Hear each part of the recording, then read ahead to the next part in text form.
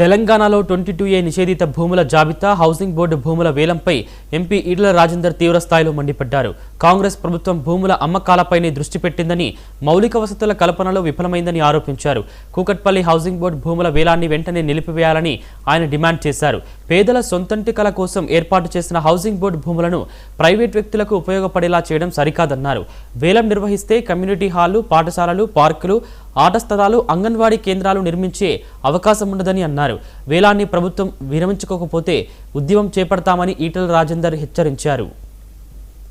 బోర్డులో పనిచేసిన ఎంప్లాయీస్ ఎవరైతే ఉన్నారో వాళ్లకు ధర గజానికి ₹1.25 మాత్రమే. హౌసింగ్ బోర్డు ఎంప్లాయీస్కి ఆనాడు ఇల్లు కోసం జాగా దరఖాస్తు పెట్టుకుంటే ఒక గజం ₹1.25 మాత్రమే. ఇక్కడ ఈడబ్ల్యూఎస్ ఎకనామికల్లీ వీకర్ సెక్షన్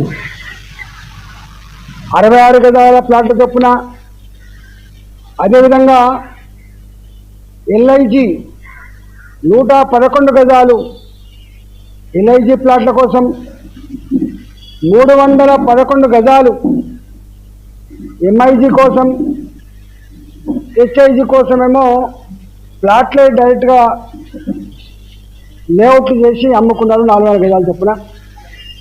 దీంట్లో జవహర్లాల్ నెహ్రూ యూనివర్సిటీ JNTU ఒక 100 ఎకరాల స్థలాన్ని ఆనాడు హౌసింగ్ బోర్డు వాళ్ళు లీజుకి ఇచ్చింది కాలేజీ పెట్టుకోవడానికి. హౌసింగ్ బోర్డులో పనిచేసిన ఎంప్లాయీస్ ఎవరైతే ఉన్నారో వాళ్లకు ధర గజానికి ₹1.25 మాత్రమే.